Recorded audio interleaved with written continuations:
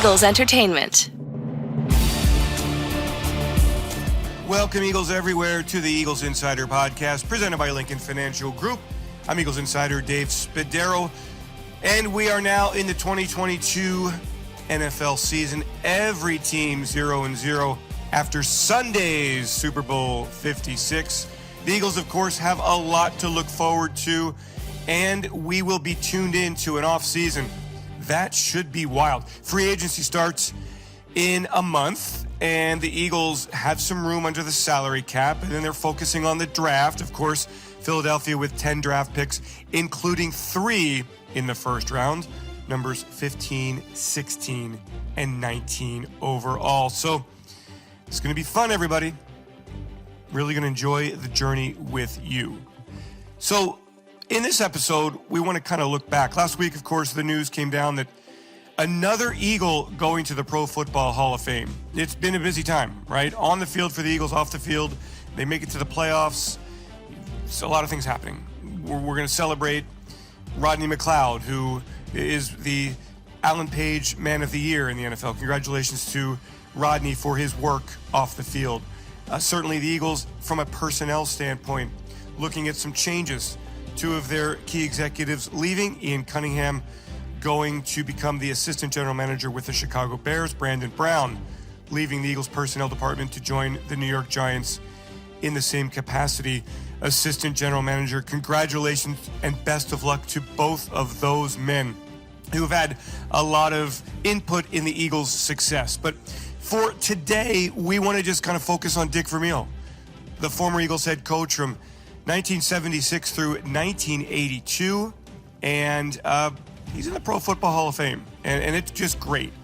Harold Carmichael went in last year after a 2-year wait, Brian Dawkins in 2018. Vermeil coaching the Eagles, the Rams, and the Chiefs in a 15-year career.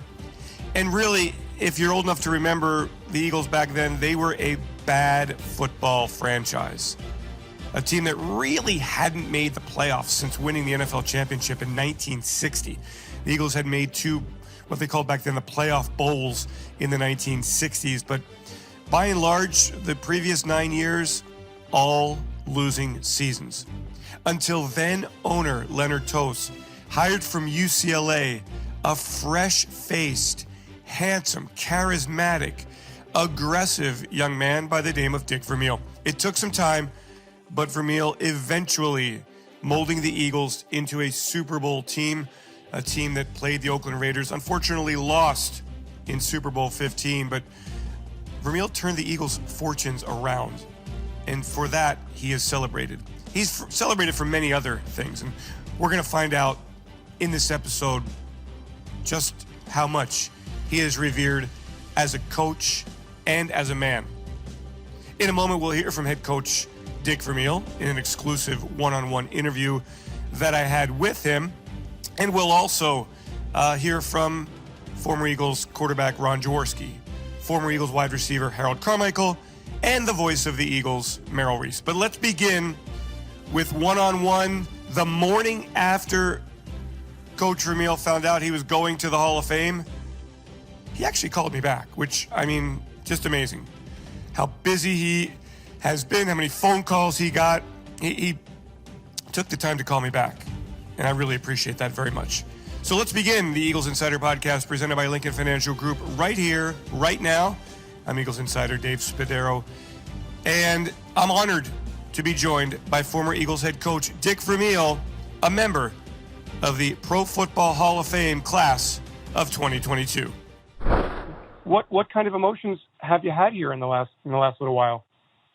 Well, when I think something like this happens, at least it is to me, you start thinking about everybody that made a contribution, and you're sure hoping, I know I am, I'm hoping everybody that's been involved in my career in any capacity takes the time to appreciate the contribution they made to me, to end up being, I'm like their end product or byproduct of the efforts of many great people, and I just, it's a great feeling that I can't tell you how many text messages I've gotten, but it's rewarding to know and have it reconfirmed how people appreciated my approach to coaching, no matter how hard I worked them. Okay.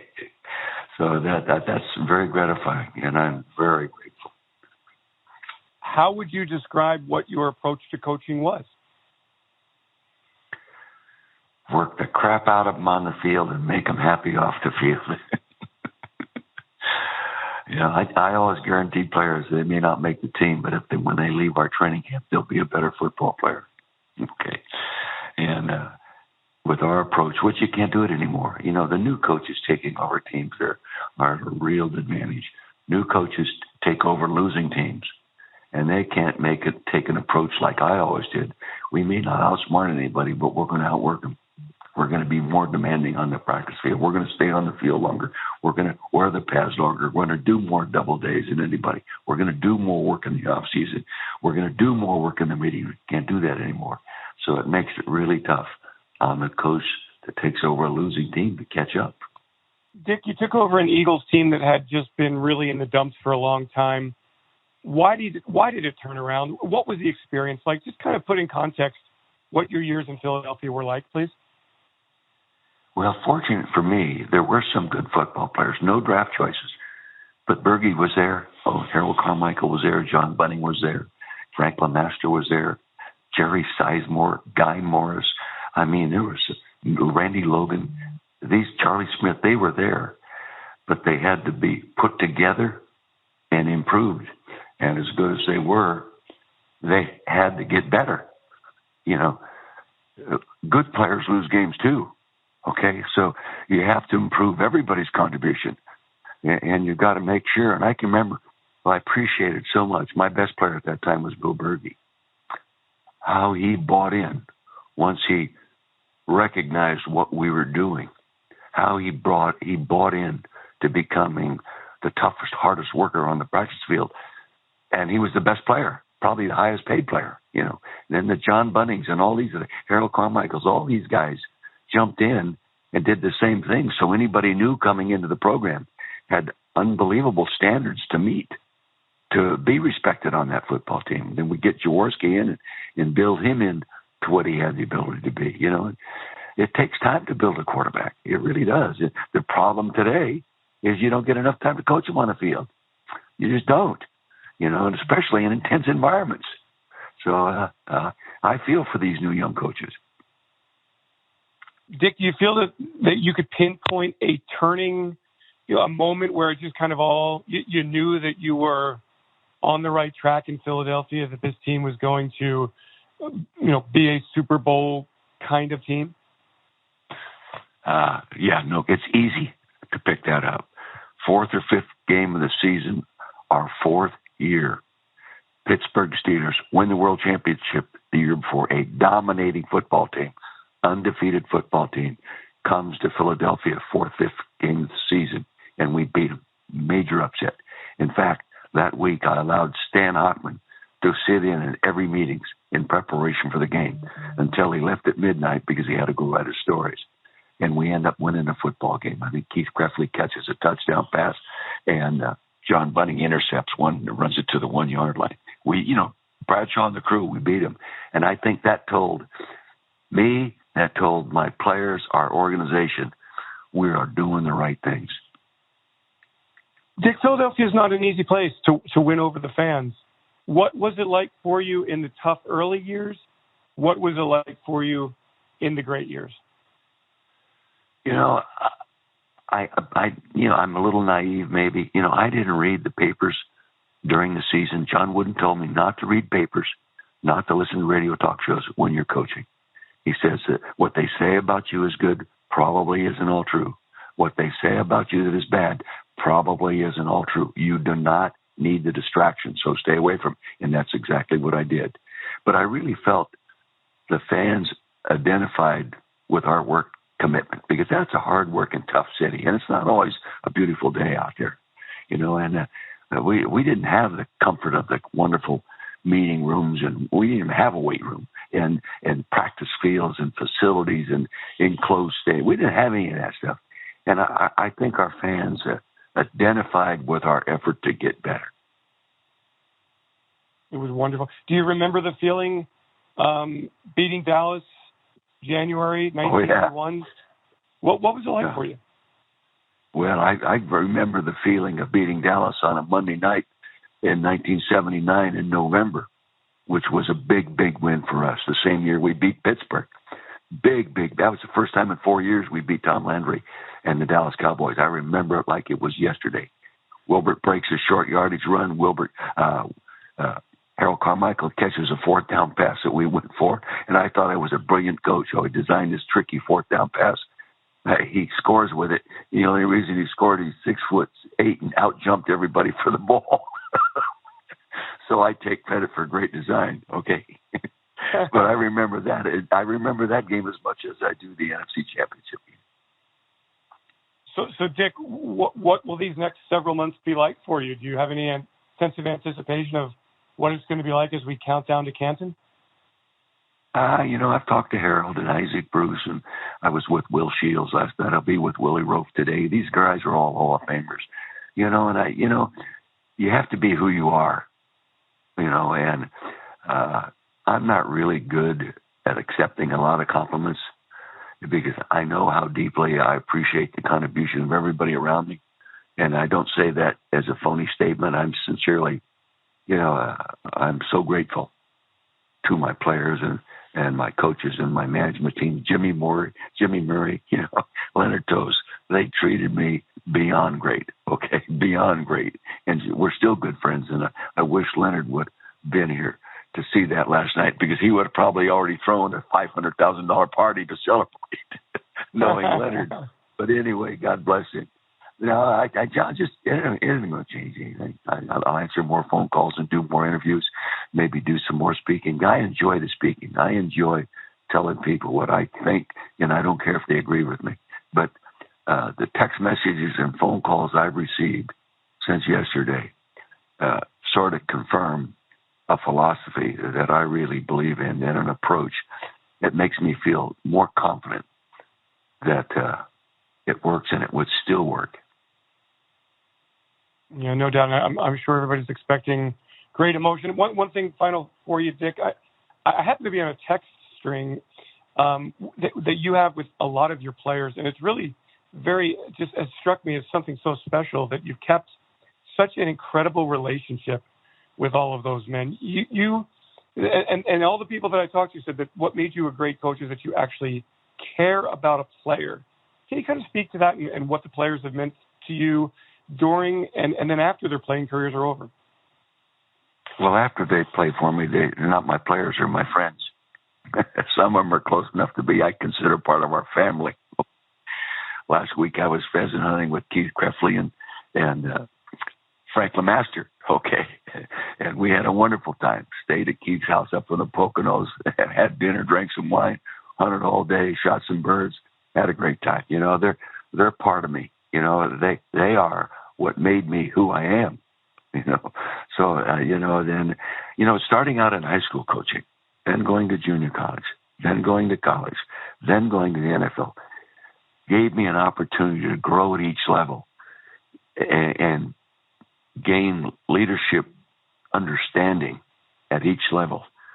I still believe this. You don't just jump into a job and be given a title and be all of a sudden you're a leader. I don't believe that at all.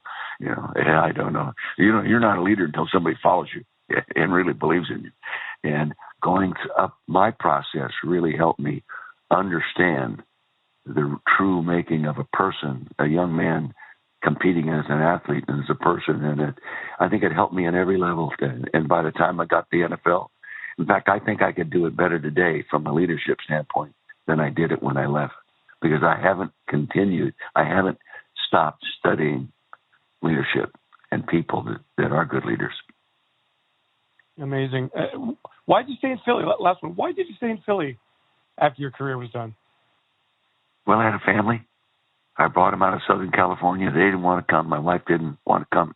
The first year in Philadelphia was the worst year of our 66-year marriage, and I hear that often. But I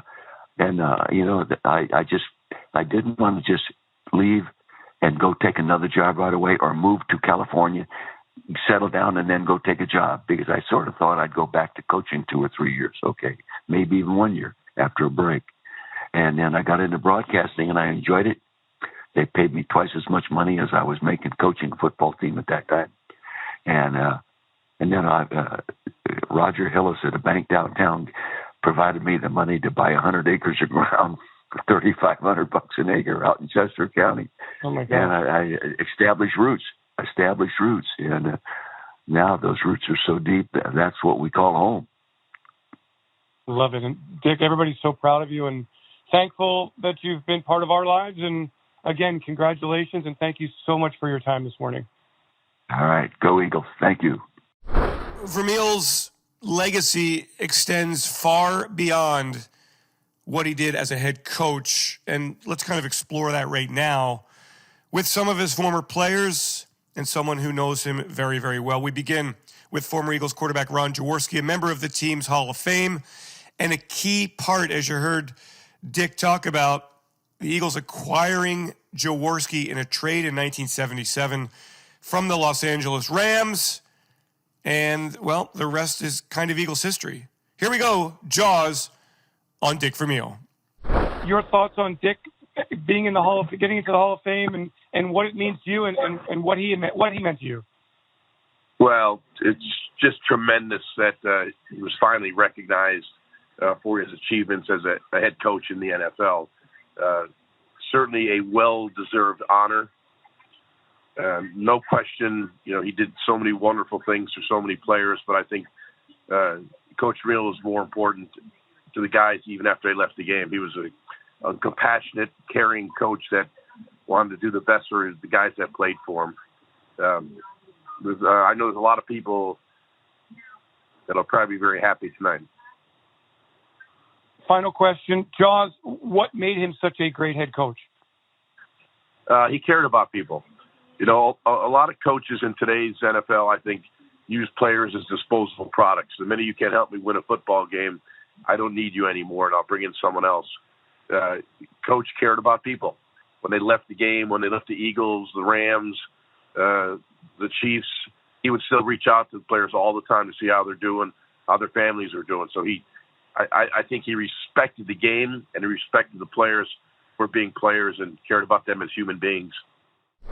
Harold Carmichael had been with the Eagles for a few years prior to the arrival of Vermeil, and those were very tough seasons. So how did the Eagles go from bad to good to Super Bowl in that time? Here's the perspective of Harold Carmichael. Harold, your emotions with Coach going into the Hall, and you've experienced it, and what does it mean to you that Coach Vermeil has gotten this honor? Well, this is very exciting for me, David, just to be a part of his journey and all. He going into the Hall of Fame is just an exciting time for him. I went through this a year or so ago, 2 years ago, I guess you'd call it now, and I know how he's feeling, excited about it and anxious about finding out for sure. And we pretty much feel that he's 80 or 90% in there already. He deserves to be there anyway. So I'm very excited about him being there, and something that's has been well deserved. Harold, what was the key to Dick's success as a head coach? Well, he understood how to deal with people. He wore his emotions on his sleeve, and he really didn't hold back on anything. He knew talent. He knew how to get a lot of talent out of people. I know he worked with me and all. He was that type of coach that would tear you down and build you up even stronger. I saw him do that with the whole team pretty much. And just the type of person he is. Very smart, surrounding himself with good people, surrounding himself with smart coaching staff, and also surrounding himself with good players. Harold, how tough was he? The idea that, hey, there's a college coach coming in, he wasn't easy, was he? No, no. He was. We always said the man is crazy. The way we work, we work 3 hours twice a day. And then sometimes we went in the meeting rooms and stayed there for a few hours. So, but I respected everything that he did. There was a reason. It was not just to do stuff. There was a reason behind all of his madness, if you want to say it that way. But, and I learned from that. Nothing good was going to come easy. If it was so easy, everybody would be doing it. And he kind of put that in our heads. Surround yourself with good people. Do your job better than anybody else can do it. And that's just something that I learned from him, and I still use that today. Harold, what was it like before Dick got to Philadelphia? And, how did it turn around? What did he do to turn things around? Well, my first couple of years, it was like we had three teams: a team coming in, a team playing, and a team leaving. You never knew what was going on. There was always something out. People coming in. We weren't playing very good.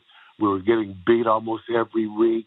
My first 2 years is 2-11-1, and that's not exciting in Philadelphia. And we were getting a lot of flack from the fans of Philadelphia. And but once we started getting together with Coach McCormick, but Coach Vermeil came in and really put a lot of work into us. He kept about 12 guys off of those the teams that the first 2 years I was on. He just kept 12 guys from that, and he built around that. Brought in people, brought in quality players, and we just built from that and was able to go in and play in the Super Bowl.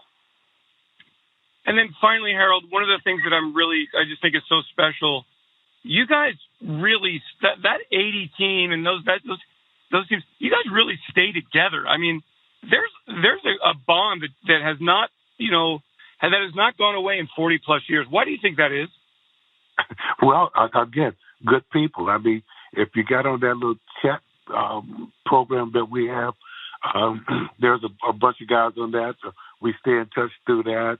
And even people finding out that Coach Vermeil is going to go ahead, my teammates from 76 on to now, whatever, they're planning on going to Canton and to really support Coach Vermeil. But we do still have that bond. A lot of us still communicate at least once or twice a month. So, that bond is still there. I heard from one of my teammates last night that I haven't talked to in about 10 to 12 years. So, the bond is there. The friendship is there. Loved a lot of those guys and stuff. Still we stay in touch. Yeah, it's so great that everybody is sharing in Coach's honor, and I think that's really fantastic. So I thank you so much for your time, Harold. Oh, this is going to be exciting. I've talked to a few guys, and just waiting for tonight to really get the confirmation on it. And I'm quite sure there's going to be a lot of texting tonight after they find out he's in for sure. Last but certainly not least, the voice of the Eagles, Merrill Reese, very, very close to Dick Vermeil through these years. And Merrill offers his perspective on Dick Vermeil and his years as an Eagles head coach. Merrill, your emotions with Dick Vermeil in the Pro Football Hall of Fame. I couldn't be happier. This is something that was long overdue. He's one of the greatest coaches in NFL history, and it's simply a matter of a Hall of Famer walking through the doors of the Hall of Fame. Okay, Merrill, then what made him a Hall of Fame coach? The fact that he won a lot of games, he got the allegiance of so many people in the National Football League. Every player who played for Dick Vermeil considered him a mentor, considered him almost a family member. And also the fact that he got the Eagles to the Super Bowl and won the Super Bowl with the Rams. Merrill, what was his genius? I know the relationship thing was part of it, but what from an X's and O's standpoint made him so special? Well, I don't think it was just an X's and O's standpoint. A lot of people can teach X's and O's. But he was so driven. He was such a great communicator, and he brought in assistants. He used to say that you hire assistants who are good enough to take your job. He was never looking over his shoulder, and he had great confidence in the people that he anointed his assistants, and they all worked together. He was tremendously well organized. He was dedicated to his job, to his profession, to the point of excess. I mean, he had to step back at one point because he was so obsessed with that job, and he reinvented himself. Not that he ever stopped being a tireless worker, but he knew there was a point where too much was as bad as too much was as bad as not enough. Merle, I wonder if you could provide context. What were the Eagles like before Dick got there, and how quickly did you sense that it would turn around? Well, the first time I saw Dick Vermeil, I knew that he came in with a team that really wasn't very good, and not only that, they didn't have draft choices. I mean, they didn't have number one draft choices for 2 years down the road, and that was tough. And you didn't know if anybody could turn them around that quickly. But I will never forget his presence. I'll never forget the way that he stood at that first press conference and just looked everybody in the eye, and he just took over the room. And he was somebody who involved the entire franchise. There was never a win after which Dick Vermeil didn't say, this win is a part of this entire organization, from the front office down to every secretary in the building. Everybody had a hand in this win. It's not just the players, it's not just the coaches, it's the personnel people. It's everybody involved in this organization had a hand in that win, including Mr. Toast. Merle, do you remember a turning point in the Vermeil Eagles era? I do. I really do. I believe that turning point occurred on a Monday night game in Dallas. Now, they had lost to Dallas for so many games, and they went down there, and I remember a couple of things. Ron Jaworski got hurt. He went out. In came the backup quarterback, John Walton. John Walton lit them up. Tony Franklin kicked a 59-yard field goal, which at the time was the longest in Eagles history. And then on a third or fourth down, Jaworski threw a touchdown pass to Harold Carmichael. And they turned the tide on the Dallas Cowboys. And then, and only then, did you know that this team was really on the way. Merrill, last one for you. That 1980 team, I mean, it had been so long since the Eagles had real success. Could you put into kind of perspective how that team captured Philadelphia, how they epitomized the city, and, you know, what Dick was like that year? Well, Dick, of course, was on top of everything. He was passionate. He was driving. And as hard as he wanted them to work, that's how hard they worked. I mean, they were a great team. He had his quarterback. He had his wide receivers. He had Bill Berge. Bill Berge was the leader of that defense. And other players, John Bunning was like a coach on the field. Herman Edwards, the guy who everybody loved from the Miracle of the Meadowlands, made so many big plays. He had defensive ends like Claude Humphrey, who just passed away recently, and the guy he used to call Hurricane Hairston. Carl Hairston didn't get enough attention, so Dick said he needed a nickname to draw attention to all of the good things he was doing. He had an offensive line that included 2 all-pro tackles in Stan Walters and Jerry Sizemore, the center Guy Morris.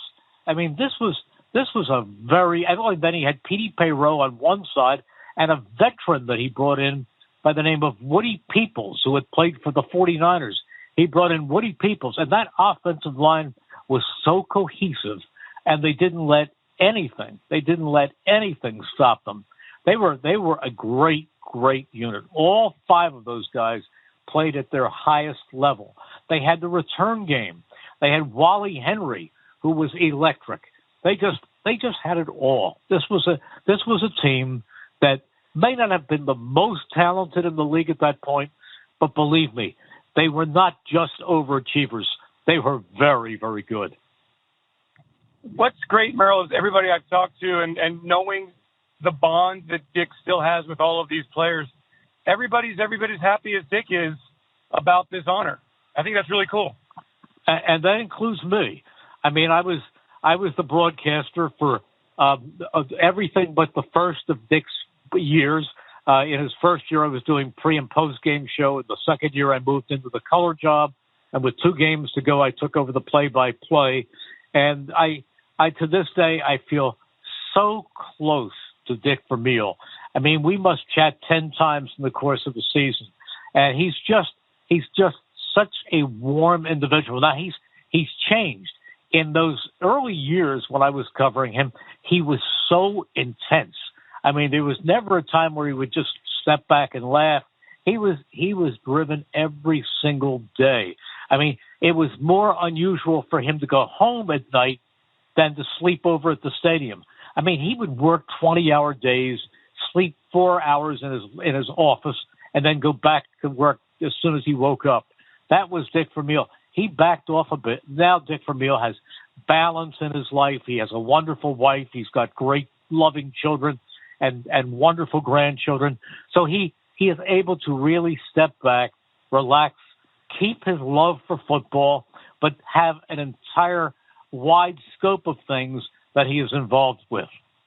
That will do it for this episode of the Eagles Insider Podcast, presented by Lincoln Financial Group. I'm Eagles Insider Dave Spadaro. Thanks to Peter Kelly, Ray Doyle, Julie McLaughlin for their work on this podcast. Thanks to all of you for joining each and every episode. We're back, and we're not stopping. The 2022 season is officially upon us. Next week, we're going to talk to some Eagles who've had some unusual experiences in this offseason.